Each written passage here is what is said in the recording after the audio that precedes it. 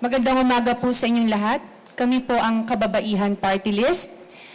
Ako po si Konsehal Kate Galang Cosateng ng 3 Distrito ng Lungsod ng Quezon. Ako rin po ay Vice President ng Liga ng mga Kababaihan, local legislators, legislators ng Pilipinas. Kasama ko po ang aming third nominee na si Attorney Kabiling, Caroline Kabiling. Magandang umaga po. Ayusin ko lang yung microphone. Ang tinututukan po ng Kababaihan Party List ay ang katarungan ng mga kababaihan, ang pagsasagawa po ng ekonomiya para sa mga kababaihan, at ang pangatlo po ay ang health, syempre ang kalusugan ng mga kababaihan. Patungkol po sa health, nandito po yung mga kakaibang mga sakit ng mga kababaihan, katulad ng cervical cancer, ovarian cancer, postpartum depression, at syempre po yung nangunguna sa lahat, sa recent data po natin, ang breast cancer, na kung saan isa kada 8 kababaihan ay nagkakaroon po nito. So ang Kababaihan Party List po ay naglalayon na makagawa po ng mga batas para po sa prevention ng ating mga sakit na normal po or particular sa mga kababaihan. Pangalawa po, ang sinabi ko po kanina, katarungan. Siyempre po, ito po ay particular naman po para po sa mga biktima ng mga karahasan. Katulad po ngayon, meron pong bago tayo na digital or online human trafficking. Pangatlo naman po ay yung pagsasagawa ng ekonomiya or livelihood sa ating mga kababaihan. Kasi po, kung titingnan po natin lahat ng problema ng kababaihan, ang common po sa kanila ay ang problemang pinansyal. Kaya po kami po, ang pinakanasa puso po ng mga kababaihan ay yung pagsasagawa ng mga microfinance laws para po sa mga kababaihan po natin na walang access po sa traditional na mga bangko at wala pong collateral sa time's up.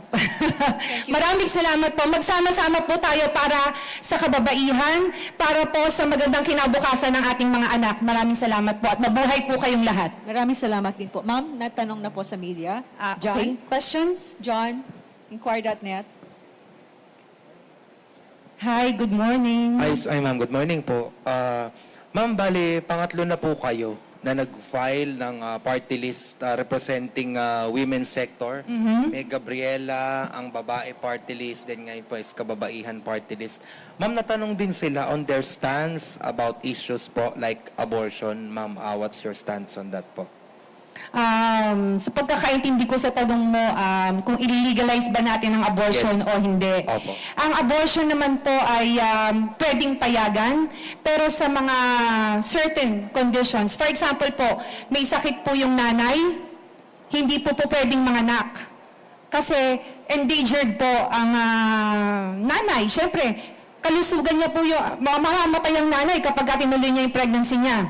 Pangalawa, kung biktima siya ng rape, pwede po yan. So, pwede po with certain conditions. Tama po ba? Paano? Pero kung i-legalize natin yung abortion itself, kailangan po natin ng malawak na konsultasyon tungkol po dyan. Dahil po yan po ay isang mahirap na issue na kailangan po na maraming mamamayan ang ikonsulta tungkol po sa ganyang mga issues. Then ma'am, how do you anticipate that? Kasi ma'am, marami po, if ever, will you push for that ma'am sa Congress? We will definitely push for that. Kasi po madami, sa panahon po ngayon, madami pong mga kabataan na biktima ng rape. At syempre dahil sa magandang kinabukasan na hinaharap po nila at marami pang mga opportunities na dapat nilang harapin, siguro po dapat po natin payagan yung abortion kung yun po ang dahilan po nila dahil na-rape po sila. At yung nga po mga sinabi ko po sa inyo kanina, kung endangered po ang buhay ng nanay, kailangan po natin payagan ng abortion. Yes po. Then ma'am, final question from my end. How do you anticipate ma'am? Of course, it will face significant pushback ma'am, especially sa mga conservative sector natin sa House ma'am. Ano po? How do we They will definitely understand. Lalo na kung health po yung pinag-uusapan ng mga kababaihan. Thank you po. Okay. Nico Bawa, Teleradio. Ay, Nico Bagsik, sorry. Hi, good morning. Nico Good morning po, ma'am. Nico Bawa. Yes. Ma'am, dagdagan ko lang po, kasi yung mga issues ng mga kababaihan also includes po yung pagpapasa ng RH bill at divorce bill. Ano po ang masasabi niyo dito at ano po ang stand ng inyong grupo po? Ang divorce bill naman po, pasado na sa Kongreso. Ang hinihintay na lang po natin sa Senado, tama po ba?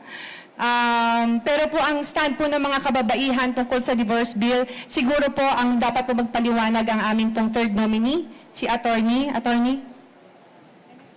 Good morning po. Ayan.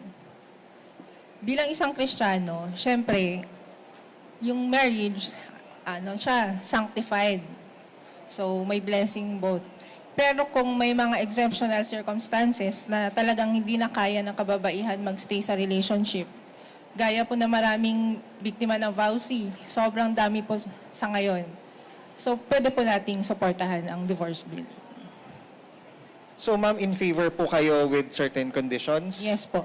Mhm. And Exceptional circumstance po. Yes, how about po yung RH bill po? Ganun din po, Reproductive health I bill. concur dun sa sinabi ng first nominee namin na pag may health condition, sige po, popondohan po natin yan. Ipupush po natin. Sige po. Salamat po. Salamat. Sherian Torres, ABS-CBN. Councilor, good morning. Opo, ma'am, Quezon City at saka iba pang mga cities dito sa ating bansa, ang dami na ngayon na mga batang babae na naaabuso, lalo na doon po sa mga sexual predator online and yung mga magulang din na nagbebenta ng mga bata. Ano yung nakikita nyo na dapat na i-introduce natin na batas sa Kamara pag nanalo kayo? To strengthen kung ano man yung dapat na protection po sa mga bata. Nag-research na rin po ako tungkol dyan. Actually po, number 1 daw po ang Pilipinas pagdating po sa online, human sex trafficking. Ano po? Kaya po, sa pagre-research ko po, pwede po natin gayahin yung mga batas sa mga ibang bansa katulad sa London na kung saan ginagawa po nilang liable yung mga tech companies na nagre-release po ng pornografiya sa ating mga kababayan. So isa po yon sa mga tinitignan namin na pwede namin gawin bilang isang mambabatas. Maraming salamat po. Ma'am, anong klaseng kung tayo sa Philippine culture, yung context natin, ano yung dapat na maging parusa para dito sa mga sex offenders na to, lalo na po sa mga bata, babae man siya o lalaki, na victim yung involved?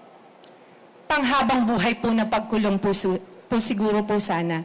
Kasi po, pinag-uusapan po natin dito ay karapatan at yung mga batang, mga wala pang malay sa buhay na binibenta po. At pag sinabi niyo po natin po kasing human trafficking or child trafficking, human trafficking, hindi lang po ito online sex or sexual. Kasama po dito, tandaan po natin na very broad itong topic na ito. Kasama po dito yung pagbebenta ng mga organs sa ibang bansa. Kinukuha yung mga kidneys, mga ganyan, binibenta po yan para po magamit po ng mga ibang mga tao. May black market po na tinatawag para dito at binabayaran po ng milyon-milyon na dolyares para lang po dito. So, ang para sa akin po, panghabang buhay po na parusa ang dapat po dito. Maraming salamat po. At hindi po dapat huminto doon. Pati lahat ng mga kasabwat po dito sa online sex trafficking po na ito, ay dapat po lahat maparusahan. One last question. Yes? Quick question. Meron pa po. Yeah, Dwight from Rappler. Thank you. No, quick question Good lang morning. po. Ma'am, may relation po ba kayo kay former Senator Nikki Cosseteng? Yes, she's my mother-in-law. Okay. Nikki, former Senator Nikki Cosseteng is my mother-in-law. Okay, thank you po. Yes. We're done with the 8 minutes. We're done? Yes, ma'am. Maraming salamat po sa inyong lahat. Salamat po.